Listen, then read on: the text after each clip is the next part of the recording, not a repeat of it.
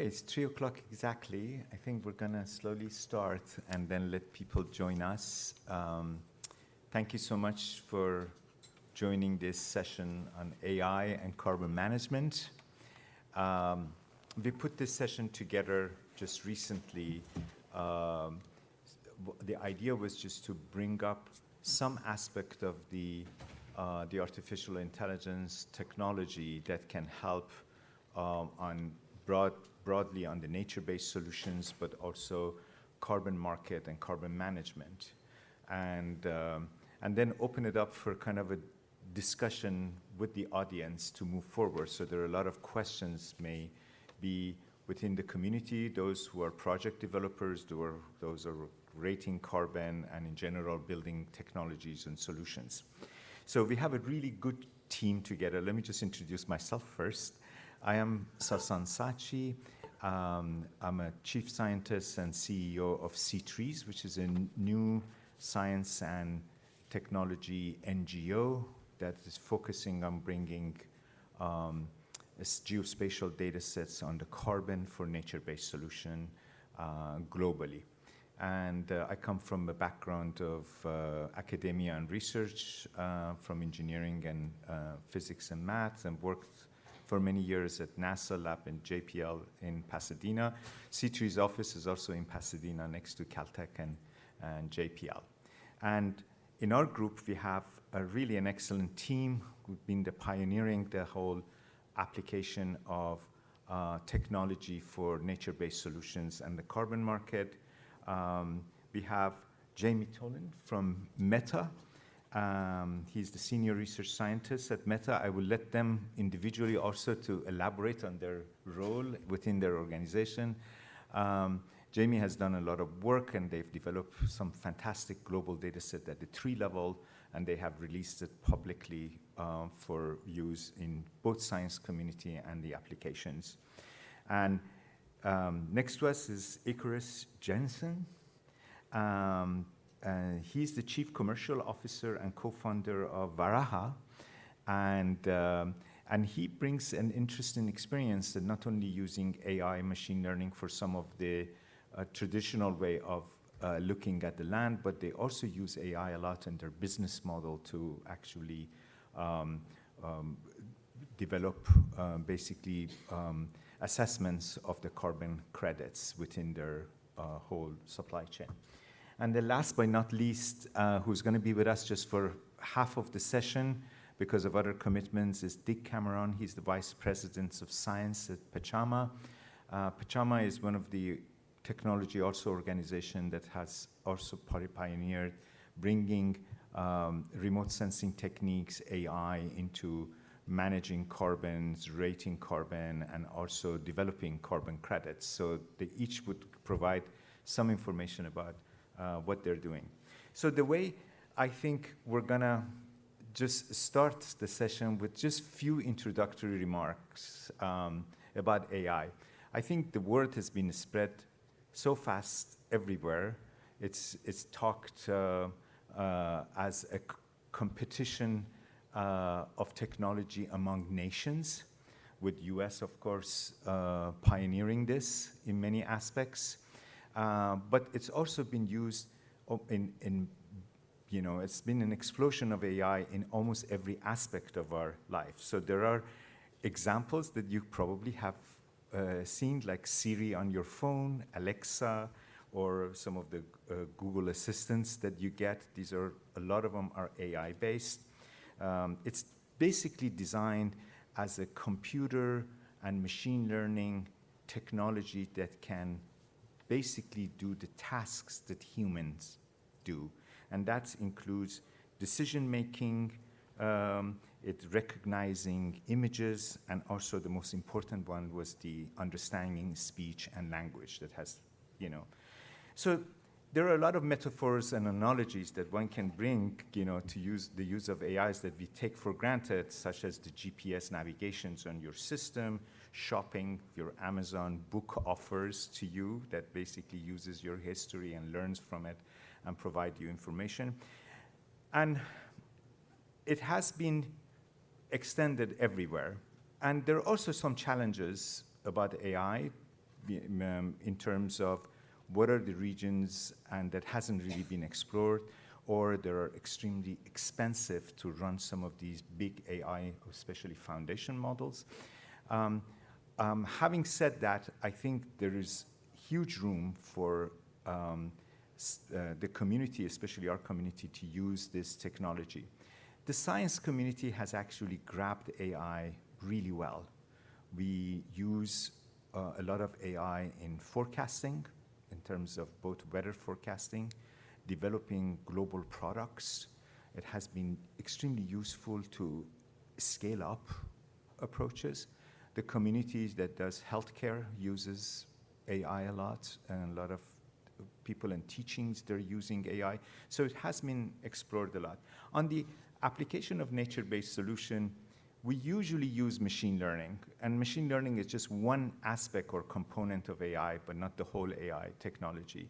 So a lot of us use machine learning with satellite imagery and remote sensing to create maps of deforestations or carbon, and that is a very common use of that. But now it's expanding and extending in our community to basically validate and verify a lot of carbon credits, to scale up projects to a larger scales, to basically look at ways to help to bring integrity to within the standards and also carbon market. So I'm going to stop here, and then I'm going to just basically let each of the speakers to elaborate a little bit more on the application of AI and machine learning within their community, and then we have Q&A and move forward. So we're going to start with Dick, who is going to go early. Sounds good. Go ahead. Thanks, Sassan. And I apologize for having to leave early. But yeah, so Pachama, like Sassan mentioned, we use AI in the development of our canopy height model. So from 2015 to 2023, basically what we're doing is we're using the JEDI space-based LiDAR calibrated with ALS information and training machine learning models with that to generate estimates of canopy height.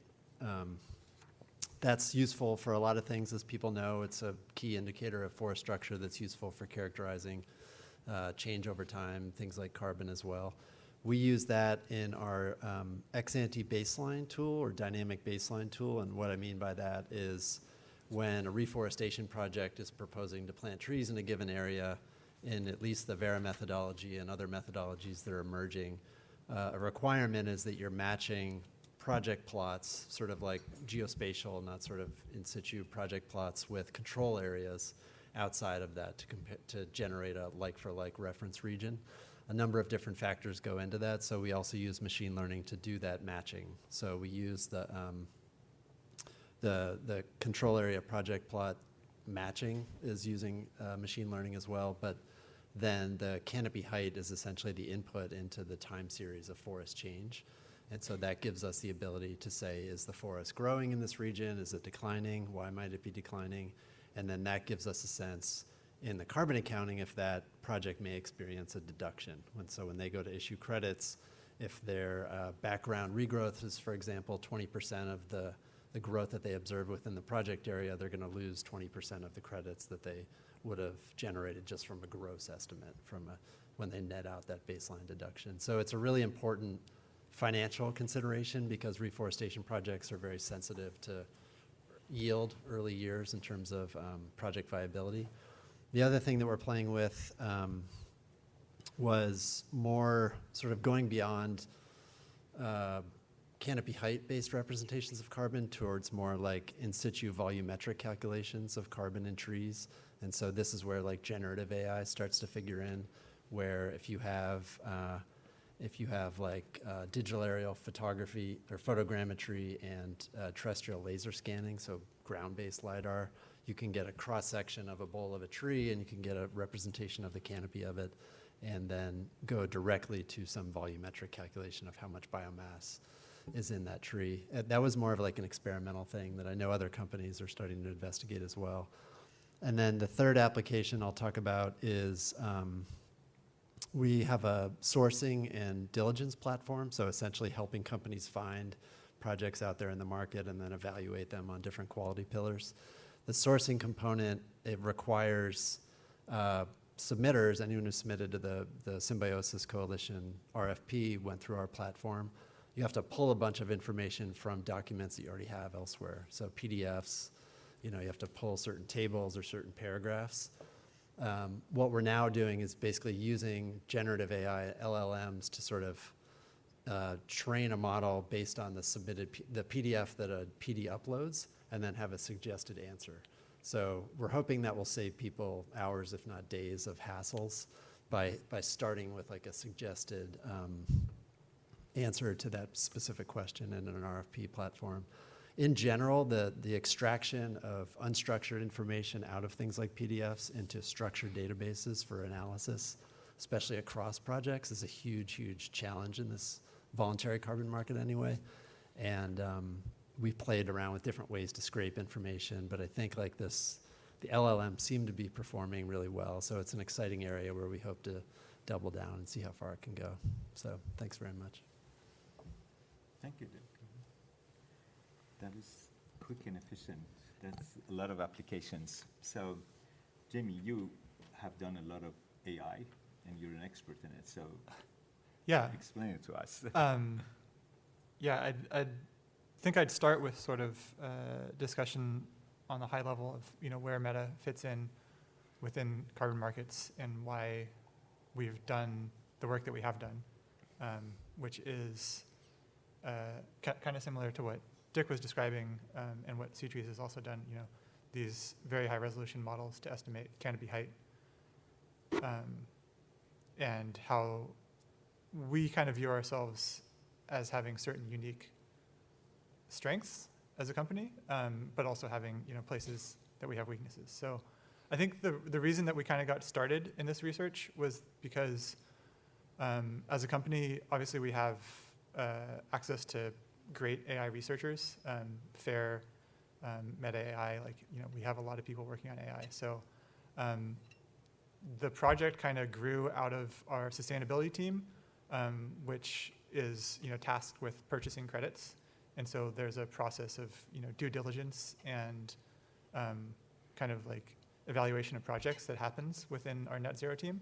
And then collaborating with our FAIR team that develops a lot of models for other applications, computer vision applications for content moderation and things like that. So there's a lot of really great expertise that we thought we could translate over into a remote sensing space and see where it landed. And so we had those kind of like different groups within the company, and it seemed like that was kind of a unique collection to have at one place. We also obviously have access to GPU training clusters and things like that, and compute clusters to run inference. So one of the products that we've produced is a global map at half-meter resolution of canopy height. So training the model to do that takes a lot of GPU resources, and then running inference at that scale takes a lot of, we actually just run on CPU, but takes a lot of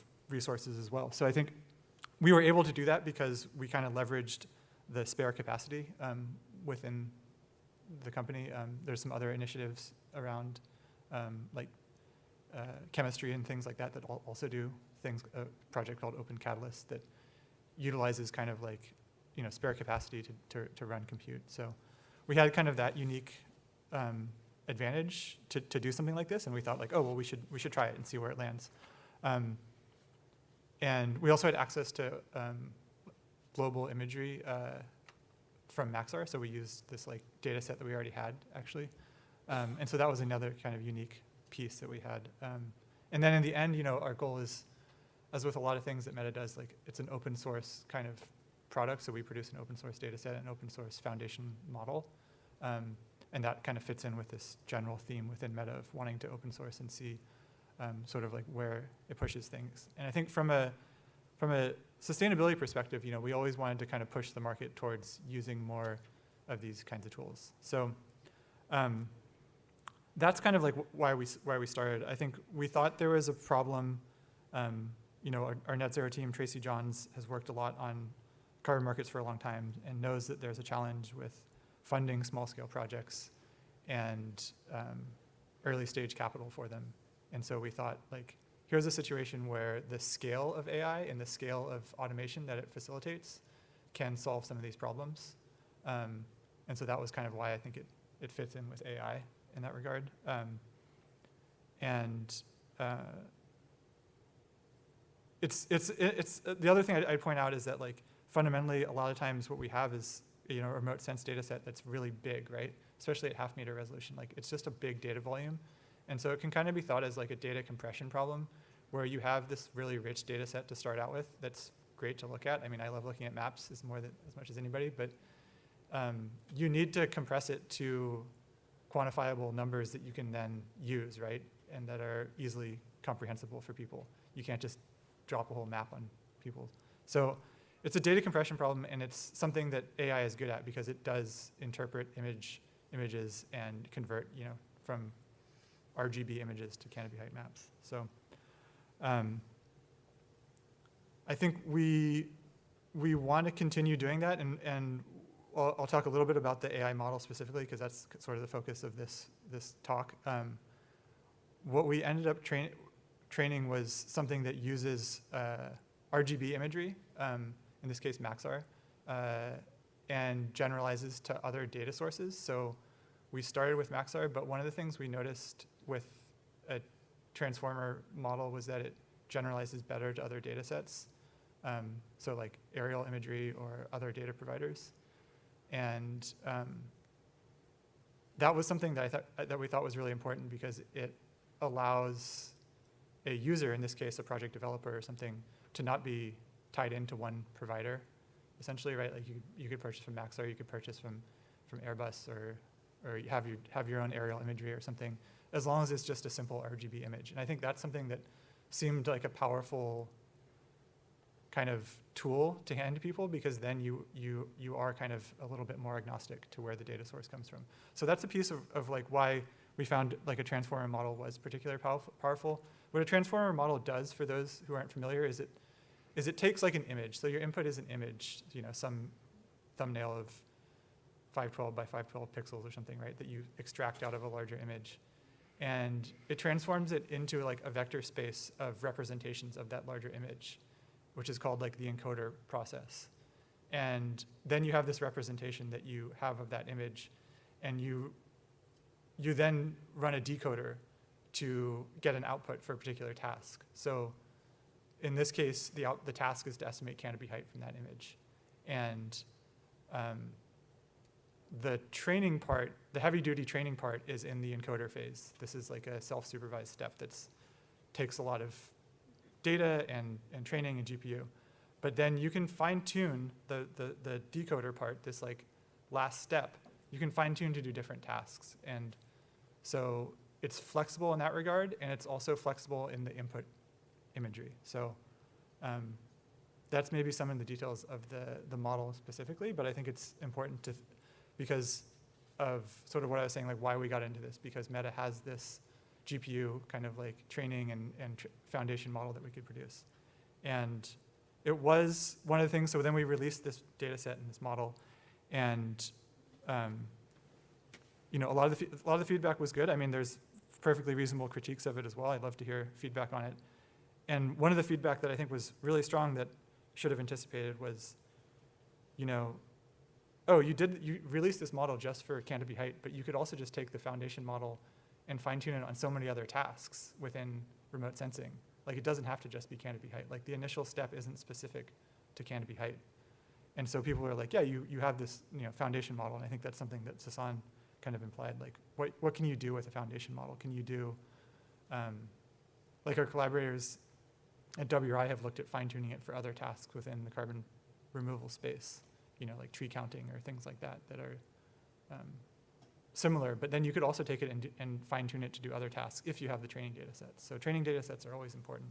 But I think that's what we've found, like why we got into this AI model, and like what we found developing it, and like what the initial feedback has been so far. And yeah, I mean, we want to take it further. Like, the reason that we're here is to understand how it can be used by project developers and registries and things like that. And, there's this last mile step, which is, you can't just drop a data set out there and expect people to use it. You have to figure out like how it solves their problems. And so, AI can do some stuff, but it can't do everything. There's always needs to be that like boots on the ground validation and understanding of context for each project and things like that. We just want to make it easier to start that process off. Good, thank you. There were a lot of technical things. So before we go to Ikarus, I just want to have a quick question from you. I think there are some AIs like the ones that I mentioned, or ChatGPT, where you can have it on your phone and you can play with. So, but it seems with these big projects, it is still something that has to be in the hands of experts to do it, and it's not really available for community to easily use it for any applications. I know there are some other machine learning approaches which are easy, like random forest, and other people use locally for some stuff. So do you think that there are already some models that can be easily applied with not so much computing power for a lot of project developers or applications? Yeah, to me, Just to start off quickly, with, and then I will go to Ikarus. So I think you're right. Like these models, I was trying to describe, the training process where there's this encoder step and then a decoder step, and so the training part is compute heavy, and that part is where you need like GPU resources, and why you hear about people buying a lot of NVIDIA GPUs or whatever. But once you've trained the models, the inference is a lot lighter and a lot less compute heavy. So in the same way that like,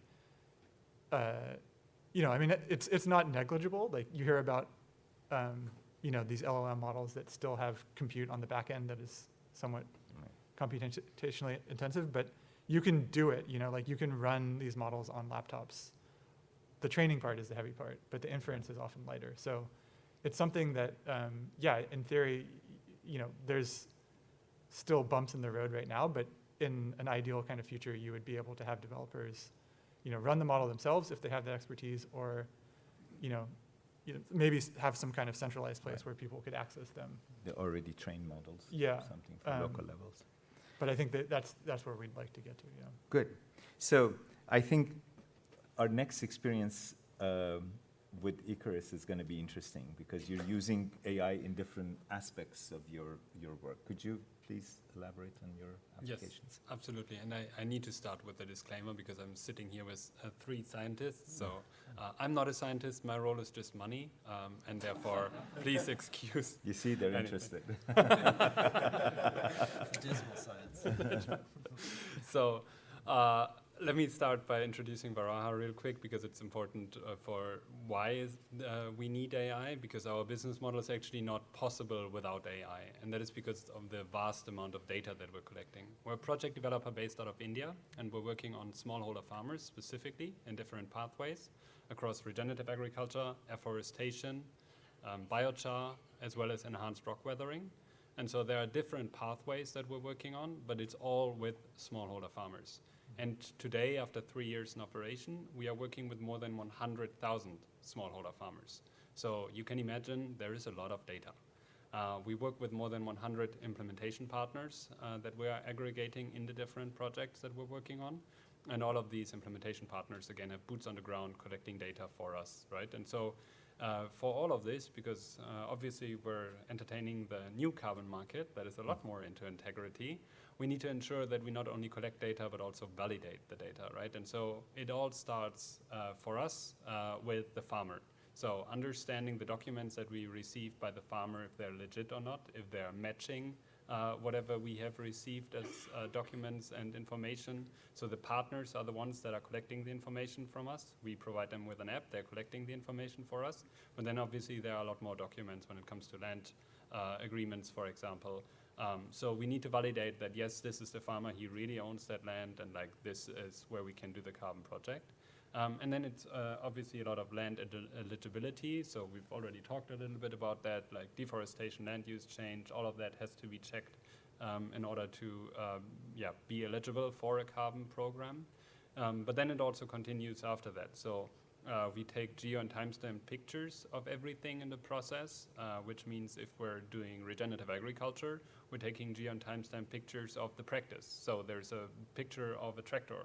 And so that AI tool that we're then developing needs to interpret what is the tractor doing there on the farm, right? And so that is another application where we're using it.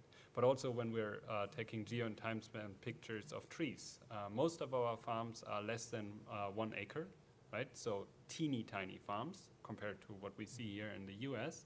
And there's actually a rule for Varaha that you need to count each and individual tree. And you can do that just by paying somebody to give you a number, or you can actually do that more rigorous and go out and take a picture of each individual sapling that you're planting. And then again, that model also should spit out where is that tree on the farm, how does it map together, and then what type of tree is it, because we're not only planting one type of tree. And so all of that again informs then the practice validation. And then there is a lot of application in the quantification as well. So when we're talking about trees, obviously it's the number of trees that then goes into the equations. When we're talking about biogeochemical modeling for soil carbon, there is a lot of AI that is being used there. And then for biochar specifically, we work on a low-tech approach as well as a high-tech approach. But in the low-tech approach, it's a simple metal kiln. It's an open system. So what we do is we take a picture of it, geo and time-stamped, and then we basically estimate the volume of the biochar in that kiln based on an image recognition software tool that we wrote, right? And so all of that would not be possible, and it would not be possible for us to scale where we are now and to scale even further without AI. And so it's foundational to everything that we do. And then in my personal work, everything that you mentioned on the third part of your application, that is also what I need, right? Because I'm working on hundreds of RFPs at the same time, and I have a team that is very small and just replying to all these questions, right?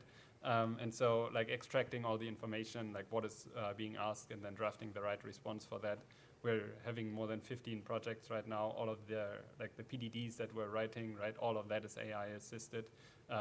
My personal emails are AI assisted at this point, right? So I'm a heavy user myself, but I think for a company, for us, it doesn't work without AI. Great. I mean, this was a nice segue from the technical. Dick, before you go, Yeah. Can you just quickly, I think digitization is extremely important. That can help in the validation stuff. Do you see that your approach that we already developed through Symbiosis and Pachama can really scale this part Yeah, it's early high up? days. Because that's what you need to do, right? Yeah. I mean, I think I've learned to not underestimate the new stuff that you can do in a month's time. So it's early days in the sense that we've just started piloting this approach where can we extract the relevant information? Obviously it needs to be edited and checked. It's not a perfect tool for that, but given the amount of effort and given the diversity of specific RFPs that are out there, I think it can be potentially, even if it saves 40%, 20, 30% of your time, that's a significant cost savings. But it's early days. It's hard to say whether it can sort of scale in a reliable way. Good.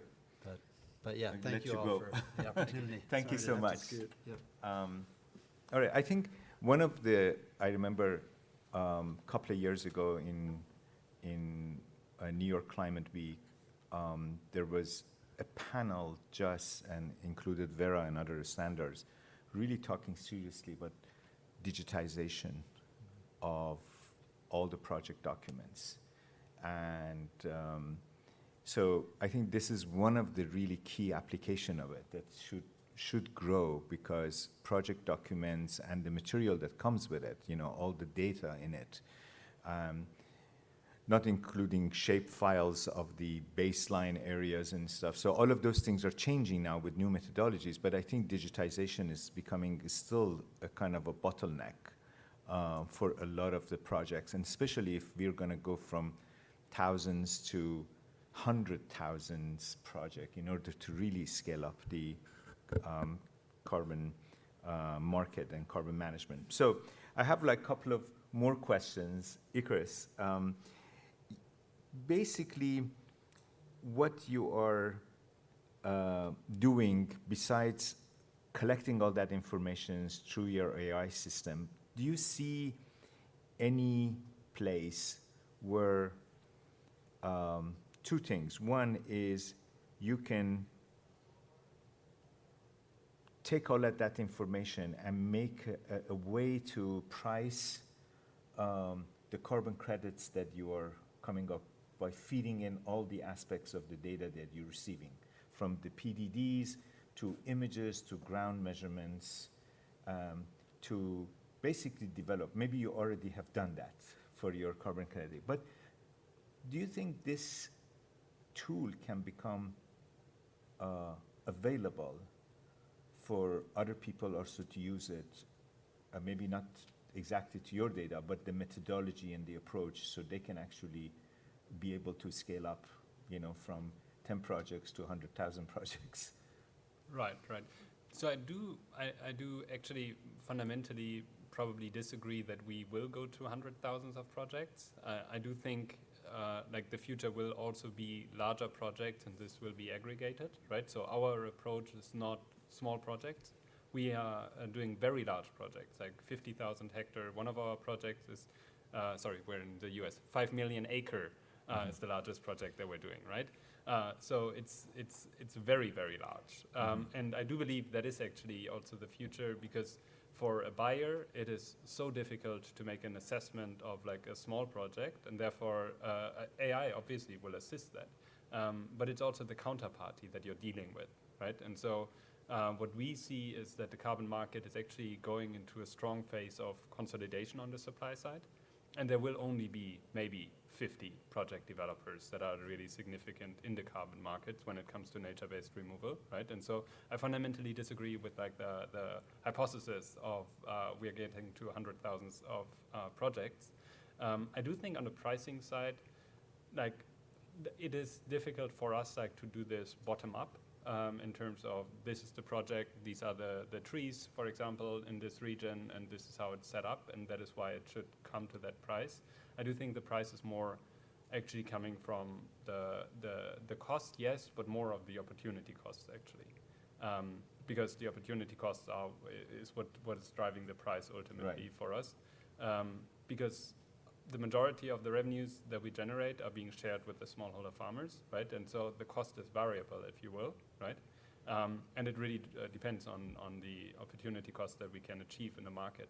And so I would say it's probably not something that I see anytime soon, because the market is so fragmented, like it's so intransparent, and like every pricing is individual on a deal by deal basis, not even on a project by project basis, but on a deal by deal basis, because it makes a huge difference if I receive 10% prepayment, if the delivery is 10 years or 5 years or 1 year.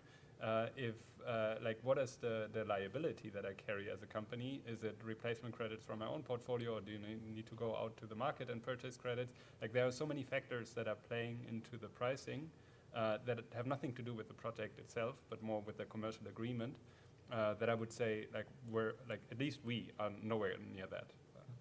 Yeah, that's a good point. I mean, on your point about aggregated and big project, I think that's an interesting concept. I mean, maybe jurisdictional RED and avoided deforestation is an example of it, that is going at a larger scale. However, with the IFM and ARR projects, that at least in the forestry sector is still based on the landowners and how. So even if a company goes and takes 10,000 farmers, aggregate that information, they need to be a link to individual, because those are the ones who are going to benefit. So there should be always some sub-aggregations level. So maybe, so that's where I think AI becomes interesting. It would be tough to just remove those small holders from the equation, right? 100%. Yeah, Right. No, absolutely. And I mean, that's But the exactly market what we're in doing, general right? can But like really- one project has like tens of thousands of smallholder farmers today, Exactly. right?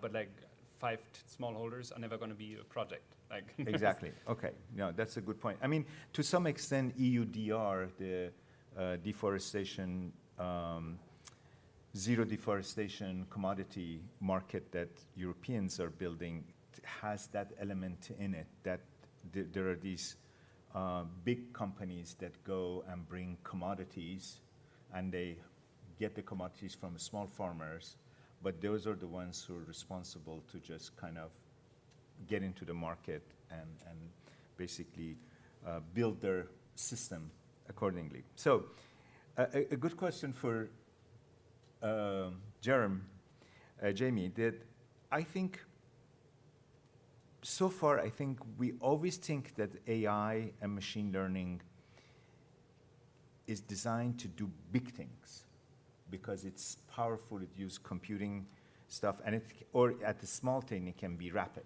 instead of building an analytical model and develop it. So I think the question comes to, maybe from the community a lot, some who don't believe in AI often ask these questions.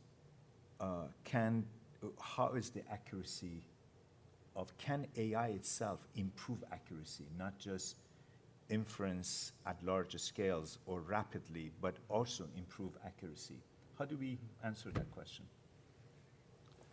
Yeah, I mean, I think fundamentally what you're trying to get to is more and more accuracy, and I think it's a progression of improvement, right? So there's going to be iteration and there's going to be progress towards that direction, and it's important to set up the problem in a way that you can evaluate accuracy and iterate on it. So I think that's where having, really good ground truth data sets that span, whatever ecosystems you're interested in, which, is maybe global, and then you need to have ground truth data sets that are in different ecosystems globally. And I think the way that you evaluate accuracy and then improve it, so you need to evaluate your accuracy so that you can iterate and improve upon it.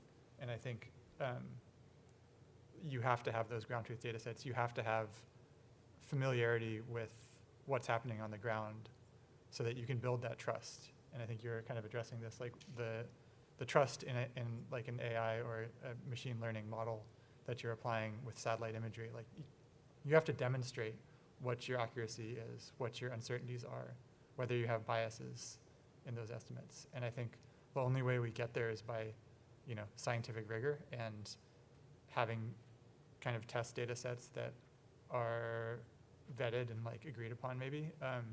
And then we can kind of iterate towards improved accuracy and iterate towards improved trust.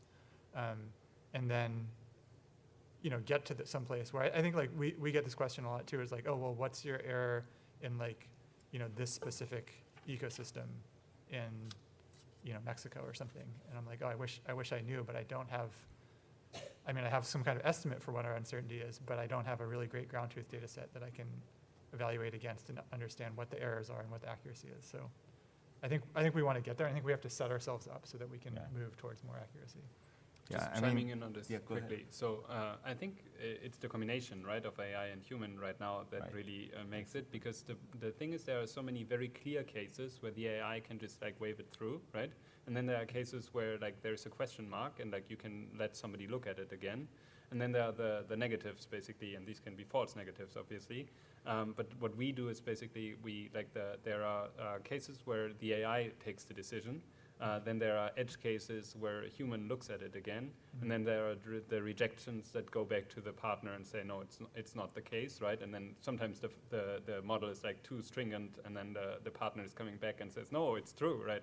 You can look at it, and then we need to refine the model. But if 50% of it just waves through, right? I can pay 2 people to look at the remaining 50%. And have more accuracy on this, and overall improve the accuracy, because there's a lot of human error if you do a lot of data, right? So, I would say that it's a combination for us that really makes it. Yeah, I think that's an important point, because a lot of times we think like ChatGPT, where the language models really spend a lot of energy to learn, and now they predict what you're saying. They finish the sentence for you. I think in the world that we live in, still there's a lot of room for ground and on-the-ground measurements to come in to really improve this. I think probably one of the areas that maybe AI can help, like in your application, is to identify risks and then find a ways to mitigate risk, either by, asking people on the ground to go and reevaluate things.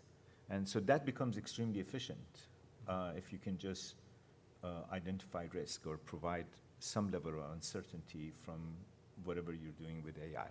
So I can ask a lot of questions, but I just wanted to see if there is, we can actually get a little bit of engagement from the audience. I think, please feel free, talk about your experience or questions that you have.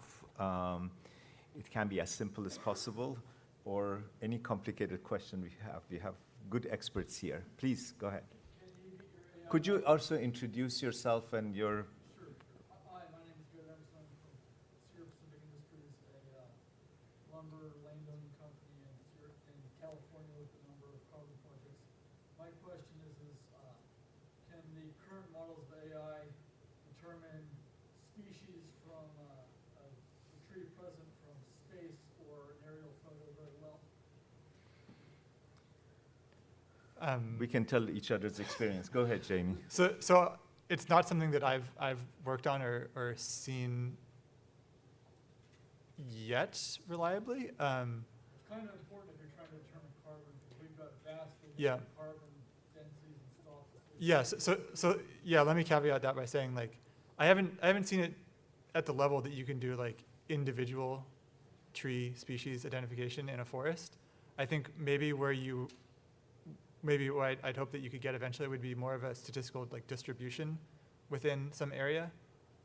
So if you're, in this, We're already doing that yeah, by but hand, and it's pretty simple. You just tally everything up. And I mean, we've tried a few remote modeling. yeah, Things like where we've counted it, done our statistics on the ground. We've then asked a remote modeling company, how much do you think is there based on your data sets?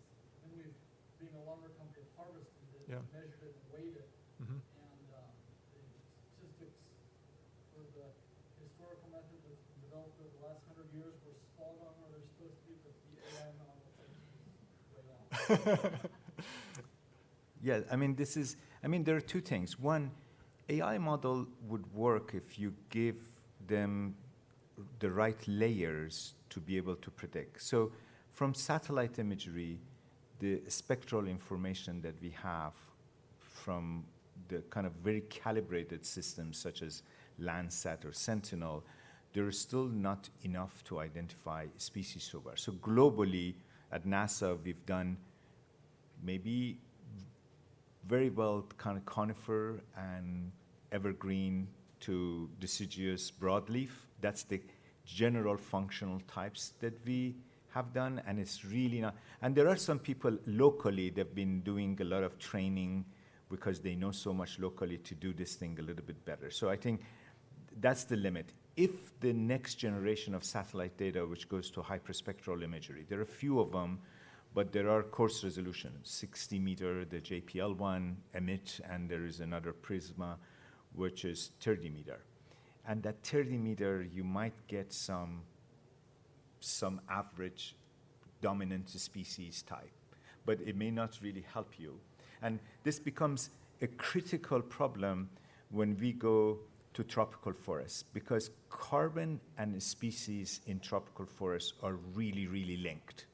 So because wood density is so variable and from species to species, so that therefore people who go underground, they usually have to have an expert botanist to identify species. Otherwise, that changes, Even the wood density tables that exist for tropics, if you use FAO data or Jerome Schaaf data, you can get 10-15% error in your carbon estimation. So that's critical, but I don't think we have yet the technology to that level. There are some airborne sensors that goes to 1 meter resolution. And, last month, JPL flew a lot of Panama areas to look at it, and they've done a lot US as well. And that goes to the realm of possibility. It's still, I don't think, if that data doesn't become available, I don't think AI can do a lot. And the same thing, We've got people trying to sell us exactly. and stuff, and it's like, okay, let's see how they pan out once you're done. How long? Not been very impressed. Don't buy. Yeah, I mean, Yet, but no, I think case by case, I think there are a lot of people individually over small areas, they do a good job to do it. So, other questions? So what Jamie was saying about open source, Mm-hmm. would you have more transparency into the underlying data set so you would know, oh, I trust, the FAO data set, I don't trust this other one or something? I mean, how, if I'm more of an end user and I wanted to submit a bid based on something, or I wanted to evaluate, I'm a regulator, or I wanted to provide capacity building for, a community that didn't have a lot of capacity. yeah. How transparent, how would you as more a consumer, be able to evaluate whether you should sign something, based on this or not, or, we know underlying data sets, or we know, different sorts of forestry certification schemes and stuff that, how would Yeah, so I think there's a few parts, I guess, that I'd say, like, what does open source imply, I guess, is the threshold question for me. Sure. Yeah. So I think when I said open source, I was implying that, like, we built a model that is open source in the sense that you can take it and run it for free on imagery that you might have. And so the goal with that was to facilitate something like what you're describing, where you might be a developer or something and want to figure out, what's the feasibility of some project or something. But I think, there's bumps along the road to getting that process smooth, and I think we'd like to get there. And I wouldn't say that we're there yet, but that's, like, kind of how the open source would fit into that piece. The data sets that we use to train the models are, in some case, not open source. So, like Maxar, commercial, like Maxar imagery is commercial and things like that.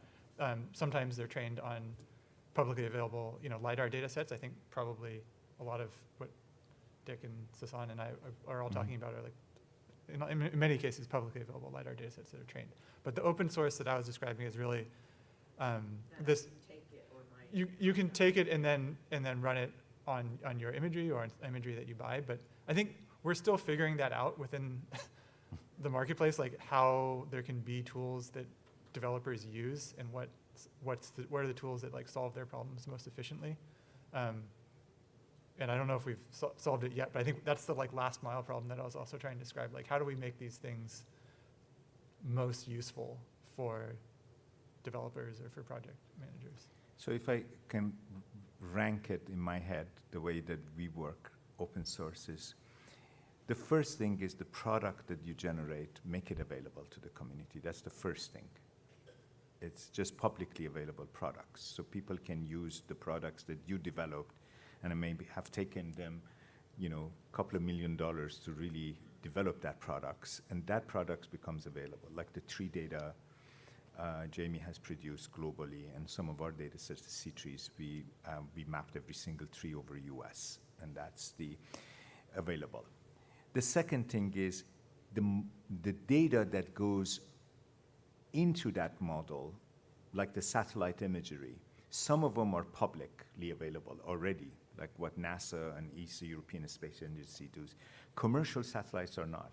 So if there is any way that some of that commercial data set that has gone to that product also becomes available, it makes it easier for a user to just say, okay, I see this product, it looks good, but it can really improve. If I have the underlying imagery, I can use my own technique and stuff to improve that for my local, because any global off-the-shelf model can easily have large errors when you go to local.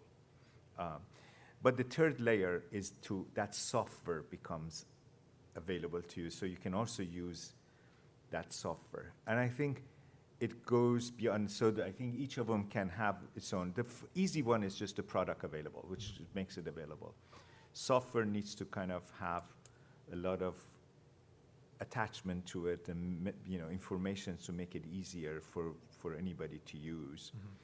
And the other one, commercial data, is tough. So we are dealing with this problem, and it's not, the only way we can solve it is public data becomes more and more used in these type of applications, because taxpayers pay money to build these satellites, put it in space, and they make them available. Yes? Well, my question is the why. Why is Meta making this available? What's in it for you guys? Yeah, I mean, so I think I tried to preface sort of like why we got into this space a little bit at the beginning. I think the company has an ethos of open sourcing models, like our llama models are open source and other things. Like it's kind of a general theme within the company is that we make models and then share them and then see what can be developed on top of them. So it fits in with that. I think it fits in a lot with our carbon removal strategy and our like purchasing of credits for our, we're a large buyer of credits, and we're going to be increasingly a large buyer of credits as we move towards our Scope 3 goals in 2030. And so I think we recognized that we needed to move the market to have larger scale, more removals credits available for us to purchase, and identified that the way to get there was to kind of like catalyze this process towards digital MRV and reducing the costs and barriers to entry for projects globally, so that it exists, because it's not just us trying to purchase these credits, it's other companies globally that have commitments like this, and we wanted them to be available. We wanted them to be high quality and cheap, so we could buy them. I mean, not cheap, but like it's all part of the evaluation criteria, right? Like you want them to be high quality and you want them to be transparent and validated. So I think we kind of felt like this was a place where we could try something out and see where it landed, and recognizing also that we're a player in this larger space with a lot of experts doing similar things, and we want to figure out where we can contribute and where we don't step on other people's toes, and do something that's helpful, really. Yes. Oh, sorry. Go for it. Go ahead. Yeah, hi. My name is Lucy Buck, and I work at CTrees. We originate a lot of projects, and a lot of our work is super busy work, pulling data, feeding it, QCing, doing all the document prep, and there is a huge place for AI there that will help reduce costs of credit generation and as well on the verification side. But I feel like a lot of the discussion in AI always comes back to this like remote sensing and forestry and all. But it's not sexy, but there's a great need and a great place for AI and just all of this. And I sorry, I came in a little bit late as you were talking, Ikarus, and I don't know if there's anything else that you could share beyond what you already did share about like all of that. That's huge and necessary. Yes, I mean, totally agree, right? So it's a lot of things that have nothing to do with remote sensing. So as Varaha, we recently won the India AI Challenge for something that has nothing to do with remote sensing. It is just about what is called artisanal biochar. It's the whole process there. That again, it's all about like validation of every step of the process, basically, collecting all of the data, making sense of that. But yeah, I think what you're saying, if you look at the PDD documents, it's not unheard of that some of our documents are like 250 pages, right? I haven't read them. My AI has, and can give me a lot of valuable information. And so, no, I mean, there is so much in there where we can improve a lot. Like we tried already 2 years ago to build our own LLM where I can put in a buyer's question and then get the answer out of that. And it was miserable. And we're trying that like every 3 months now, and like it's still not good. But obviously, this is like a few months, maybe a year or so away until this is actually so good that we can like use it at least to draft our replies to everything, right? Yeah. Yeah, we're working on one of those too, and then, you know, all the values, all the documents need to be updated, on like an annual cycle or more frequent basis. It's, you know, it's a lot of busy work, and it costs human time. Like, let's pull the human time out of that and leave it to the troubleshooting, you know, get the QC done, get the eyes in on work really needed. Yeah. Yeah, it would be nice to, I don't know how many lessons learned, if a lot of that is bespoke for each company, for each project type, but it would be nice to have a panel of lessons learned maybe next year on this non-sexy topic. Noted. Yeah. Yes. Yeah. I think there is also another thing, and your question, I think some of the digitization of documents, I think it's probably needed fast, and we are involved in it too. And I think, and not only that, the approach to new projects change immediately because the projects have to provide digital information of all their layers to make it easy. So instead of sending a PDF. So it has to go, but I think this is an area which is probably low-hanging fruit. How do we really read this thing quickly and digitize? One of the nice things about ChatGPT became successful was a lot of documents has been digitized within the libraries and stuff, and there are a lot of source of that available, and they were also be able to use it. Species data are becoming also better. All the museums and botanical gardens also have digitized their data sets and making it available. So the approach to digitization is probably should be the fastest one to move forward. So that was my last comment. Your question, please. Yeah, sure. I think kind of two-parter. Feel free to take it how you'd like. What do you guys see for the group of you, like the biggest challenge right now in applying AI, either on the project level or the carbon market level, that's like not doing, you know, it's not going well yet? Oh, also Josh Edries, Eco-Engineers, advisory consulting, decarbonization. So something that you're seeing where it's like not quite there, but you'd like it to be there, or whether it's technical or more on the kind of higher level. And then could you speak at all to like the vast amount of energy needed for AI as it scales up? We're integrating it into everything, and that concern on a climate mitigation side. Great question, and is a lot of, we're going to have another session. We have 1 minute each to answer because the time we're over, but we can have side meetings outside. Go ahead, either one of you. I can address the energy consumption one quickly because I think probably directed towards Meta somewhat. So for the model that I'm describing, canopy height model, we have a paper. We estimated sort of like what the training cost was, kind of standard procedure these days in scientific papers, what the CO2 emissions were for training it, and what those were for. I'd have to go back and look, but we've estimated sort of like what the footprint was, and it wasn't terrible. I forget the number off the top of my head, but I can find it in the paper.